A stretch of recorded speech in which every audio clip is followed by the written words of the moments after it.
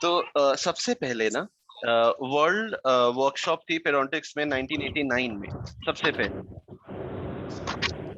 वहां पे उन लोगों ने आउटलाइन किया था क्या बेसिकली कि जो गोल है ना पेरोडोंटल थेरेपी का, वो basically four types of goal उन्होंने आइडेंटिफाई किए कि हम अगर सपोज कोई भी पेरोडोंटल थेरेपी कर रहे हैं तो उसकी वजह क्या है, मतलब क्यों कर रहे हैं हम। तो इसमें ये कहा गया कि भाई हमारा मेन काम है, अगर सर्जरी की बात कर रहे हैं तो अगर सपोज पेरोडोंटाइटिस बहुत मॉडरेट है या एडवांस्ड केसेस में है, या ऐसे मान के चलिए फर्केशन इन्वॉल्व हो गया है, इंफ्राबोनी डिफेक्ट्स हैं, तो हमें अगर ये पेरिडोंटल इन्फ्लेमेशन रिजॉल्व कराना है ना, तो ये आसान नहीं होता, क्योंकि काफी हद तक नॉन सर्जिकल थेरेपी से हम इंफ्राबोनी डिफेक्ट्स में एक्सेस नहीं दे सकते, फर्केशन तक नहीं जा सकते।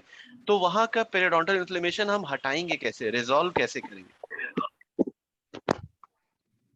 तो इसके लिए बेसिकली जो वो वर्ल्ड वर्कशॉप हुई थी ना पेरियो की 1989 में, वहां के उस पेरिडोंटल थेरेपी में कुछ गोल्स आइडेंटिफाई किए गए थे। वो गोल्स क्या थे? सबसे पहला था इमीडिएट गोल।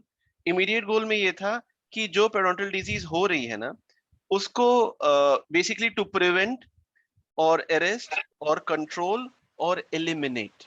ठीक है, आप उसको रोकें, या अगर हो चुकी है तो अरेस्ट करें, उसे कंट्रोल करें, या पूरी तरह से खत्म कर दें उस पेडोंटल पैथोलॉजी को। ये सबसे पहला गोल था, इमीडिएट गोल था। आइडियल गोल क्या है?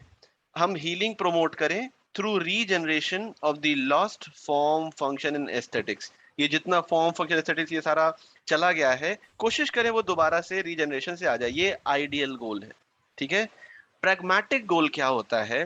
प्रैग्मेटिक गोल में ये बोलते हैं जब आइडियल गोल अचीव नहीं हो पा रहा, रीजनरेशन नहीं हो पा रहा, तब प्रैग्मेटिक गोल ये है जो अपने सामने दिख रहा है फिजिबल, कि भाई जो डैमेज हुआ है उसको रिपेयर कर दिया जाए। प्रैग्मेटिक गोल क्या हो सकता है? To repair the damage resulting from the disease. वो जो पैथोलॉजी है, अगर पेरियोडोंटाइटिस का एग्जांपल ले, तो उसके लिए क्या कर सकते हैं? तो अपन ऐसे बोले प्रैग्मेटिक गोल ये है कि इसमें जो कुछ डैमेज हुआ है उसको रिपेयर कर दें। और अल्टीमेट गोल क्या है किसी भी पेरियोडोंटल सर्जरी का? अल्टीमेट गोल थेरेपी का ये है कि जो मास्टिकेटरी अपैरेटस है, टूथ हुआ और साथ में उसके एनालॉग्स हुए, पेरिडोन्शियम हो गया, उसको एक हेल्दी स्टेट में ले आए। ये अल्टीमेट गोल होता है किसी भी सर्जिकल प्रोसीजर का जो हम पेरियो में परफॉर्म करते हैं, किसी भी सर्जिकल प्रोसीजर का यही एक अल्टीमेट गोल होता है। ठीक। अच्छा, जो जो पेशेंट्स हम बोलते हैं कि भाई पेरिडोंटल सर्जरी अंडरगो करते हैं, तो जो मेजॉरिटी ऑफ द पेशेंट्स है ना, उनको इफेक्टिवली कैसे मैनेज किया जाता है? पहले फेज 1 थेरेपी करते हैं। ठीक है, कोई भी पेरिडोंटल सर्जरी के पहले हम पेशेंट को ना फेज 1 थेरेपी में ले जाते हैं। और फेज 1 थेरेपी में क्या होता है बेसिकली, कुछ नॉन सर्जिकल प्रोसीजर्स जैसे क्या, आप स्केलिंग की बात करते हैं, रूट प्लेनिंग की बात करते हैं। तो सबसे पहला जो प्रोसीजर होता है वो ये होता है साहब, नॉन सर्जिकल प्रोसेस, स्केलिंग और रूट प्लेनिंग, जिसे आप ओरल प्रोफाइल एक्सेस भी बोल सकते हैं। दूसरा आता है पेशेंट को आप इंस्ट्रक्शन देते हो, ऑप्टिमल प्लाक कंट्रोल कैसे करना है, उसको आप कुछ इंस्ट्रक्शंस देते हो। ठीक है, और अगर आपको लगे कि नहीं इतने से काम नहीं बनेगा, फिर आप उसको सिस्टमिक या लोकल एंटीमाइक्रोबियल्स भी देते हैं। यहाँ पे क्वेश्चन मुझे बताएं, एक एमसीक्यू है, ऐसी कौन सी एंटीबायोटिक है जो आप देते हैं जिसका कि कंसंट्रेशन जीसीएफ में बहुत ज्यादा हो जाता है? वो बॉडी में तो जाती है, जीसीएफ उसका कंसंट्रेशन बहुत ज्यादा हो जाता है, ऐसी कौन सी एंटीबायोटिक है? Tetracycline. Tetracycline. Very good, tetracycline. इसे प्लीज याद रखिएगा, जब आप सिस्टमिक और लोकल एंटीमाइग्रेबल्स की बात करते हैं ना, तो यहाँ पे कहा जाता है जो टेट्रासाइक्लिन है ना, इसका जीसीएफ में फ्लो बहुत ज्यादा होता है सिस्टमिक एब्जॉर्प्शन के बाद। तो और टेट्रासाइक्लिन की खास बात होती है, ये एक पर्टिकुलर क्लास ऑफ एंटीबायोटिक में आती है। मैं ग्रुप नहीं पूछ रहा आपसे, मैं सिर्फ ये पूछ रहा हूँ, टेट्रासाइक्लिन एक पर्टिकुलर एक अलग ही कैटेगरी है एंटीबायोटिक की। ये इसका एक नाम है, क्या नाम है इसका एक्चुअली?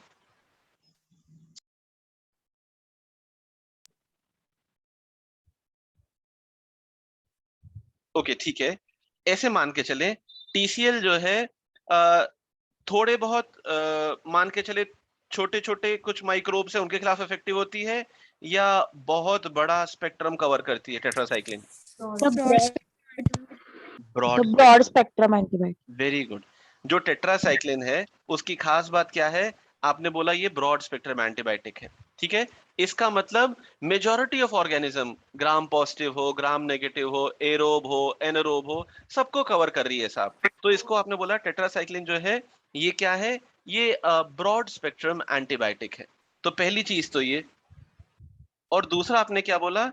ये बोला कि भाई ये टेट्रासाइक्लिन जो है जीसीएफ में भी इसका फ्लो होता है, प्लस सलाइवा में भी आ जाती है। तो एक बात बताइए, ये डेंटिस्ट के लिए कितनी अच्छी बात है कि एक तो जितने ओरल माइक्रोब्स हमने पढ़ा पेरोडोंटल माइक्रोबायोलॉजी में, कितने ज्यादा पेरोडोंटल माइक्रो ऑर्गेनिजम्स है ओरल कैविटी में, और उसमें भी अगर आप टीसीएल दे रहे हैं, टेट्रासाइक्लिन दे रहे हैं, जो बहुत ज्यादा ऑर्गेनिज्म पे काम कर रही है, एंड प्लस आप ये कहते हैं कि उसमें वो जीसीएफ में भी आ रही है, सलाइवा में भी आ रही है, तो अपनी तो बहुत एडवांटेजेस एंटीबायोटिक हुई ना टेट्रासाइक्लिन।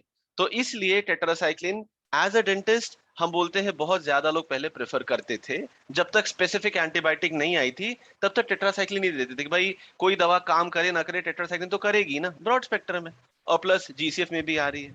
तो सिस्टमिक और लोकल एंटीमाइक्रोबियल्स में टेट्रासाइक्लिन अभी भी इस्तेमाल की जाती है, ठीक। ओके। तो ये फेज 1 थेरेपी में ये तीसरा पर्पस था। चौथा था कि जिस वजह से ये प्लाक इकट्ठा हो रहा है ना, प्लाक रिटेन हो रहा है, उन सारे फैक्टर्स को आप एलिमिनेट कर दें। Elimination of all plaque retentive areas. जैसे कोई फॉल्टी रेस्टोरेशन है, आप उसको करेक्ट कर दीजिए, हटा दीजिए। तो ये भी एक उसी फेज 1 थेरेपी में ये 4 गोल आते हैं, ठीक है। हम पहले कोशिश करते हैं पेशेंट को सर्जरी में ना ले जाएं। जो भी पेरिडोंटल इन्फ्लेमेशन है ना, हम कोशिश करते हैं उसको इससे रिजॉल्व करते हैं ना, फेज 1 थेरेपी से रिजॉल्व करते हैं ना। तो फेज 1 थेरेपी में क्या है, इस पे क्वेश्चन आता है, ठीक है। तो ये चीज प्लीज याद रखिए, फेज 1 थेरेपी में क्या आता है? नॉन सर्जिकल प्रोसीजर जिसको आपने स्केलिंग और रूट प्लेनिंग बताया, ये आता है। उसके अलावा फिर प्लाक कंट्रोल, वो मेजर्स आप पेशेंट को एडवाइस करते हैं। फिर एंटी माइक्रोबियल है वो देते हैं आप, और प्लस जो भी प्लाक रिटेंशन एरियाज हैं उसको आप एलिमिनेट करते हैं, उसको आप एलिमिनेट करते हैं, जैसे कोई फॉल्टी रेस्टोरेशन, ओवरहैंगिंग रेस्टोरेशन। ये सारे फेज 1 थेरेपी में ही कवर हो जाते हैं, ये सारे के सारे। फाइन। इसके बाद, अगर बात करते हैं, अगर पेशेंट को अभी भी सर्जिकल इंटरवेंशन चाहिए, तो सवाल आता है इसके बाद पेशेंट की सर्जरी की जरूरत क्यों पड़ी? इसके बाद भी कुछ पेशेंट्स को सर्जिकल इंटरवेंशन की जरूरत होती है। क्यों होती है? पहला, टू कंट्रोल और एलिमिनेट पेडोंटल डिजीज। अगर सपोज हमने वो एग्जांपल बताया ना आपको, कि अगर वो पेशेंट ऐसे मान के चले कि उसका इंफ्राबोनी डिफेक्ट्स है, या फर्केशन तक वो चला गया पेडोंटल इन्फ्लेमेशन, और स्केलिंग रूट प्लेनिंग से आप वहां तक पहुंच ही नहीं पा रहे, एक्सेस ही नहीं हो पा रहा, तो फिर एक काम करते हैं, यहाँ पे ना नॉन सर्जिकल थेरेपी से बात नहीं बनेगी। यहाँ पे हमें सर्जिकल थेरेपी लेके उस साइट को एक्सपोज करना पड़ेगा, और उसके बाद से वहां का प्लाक, कैलकुलस, ये सारा निकालना पड़ेगा, ठीक है। ये जो चीज है ना, इस वजह से हम जनरली सर्जिकल थेरेपी को यूटिलाइज करें। अगर फेज 1 में काम नहीं बन रहा, फिर हम जाते हैं सर्जिकल थेरेपी पे। ये पहला रीजन था कि हम एक्सेस ही नहीं पा, हम कैलकुलस हटाए कैसे, वो फर्केशन तक चला गया है, हम कैसे स्केलिंग या रूट प्लेनिंग करें, तो हम वहां जा ही नहीं पाएंगे। तो इसलिए पहला आपको सर्जिकल एक्सपोजर उस साइड का करना पड़ता है। ये पहली वजह है सर्जरी करने की, ठीक। दूसरी, रीजनरेटिंग लॉस्ट टिश्यूज। सपोज वहां का बोन बहुत ज्यादा बोलते हैं रिजॉर्ब हो गया है, वहां की जो बोन रिजॉर्प्शन है बहुत ज्यादा हो गई है, तो ग्राफ्ट डालने के लिए, अगर आप सोच रहे हैं ग्राफ्ट डाल के आप वो बोन रिकवर कर लें, तो आपको कहीं ना कहीं साइट पे तो जाना पड़ेगा ना। तो जब तक सर्जिकल एक्सपोजर नहीं होगा आप वहां तक जाएंगे कैसे? तो ये दूसरी वजह है, या दूसरा पर्पस है सर्जिकल रूट को फॉलो करने का, ये दूसरी वजह है, ठीक।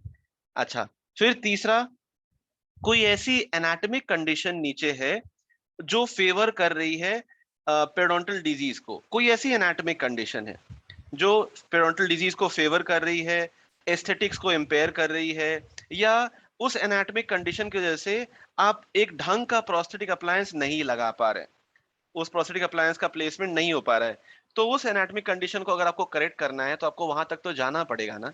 इसके लिए भी सर्जिकल एक्सपोजर बहुत जरूरी है उस साइड का, यानी आपको फ्लैप रिफ्लेक्ट करना पड़ेगा ना, राइट। ये तीसरी वजह है। और चौथा, पेरियो में सर्जरी क्यों करते हैं, उसकी वजह है implants, placing implants to replace the lost teeth, और आसपास का एनवायरनमेंट इंप्रूव करना है ताकि इम्प्लांट का प्लेसमेंट ढंग से हो और इम्प्लांट फंक्शन अच्छे से कर पाए। ये 4 वजह हैं बेसिकली हम पेरियो में सर्जरी क्यों करते हैं। क्लियर? ओके। पेरियोडोंटल सर्जरी कितने तरह की होती है साहब?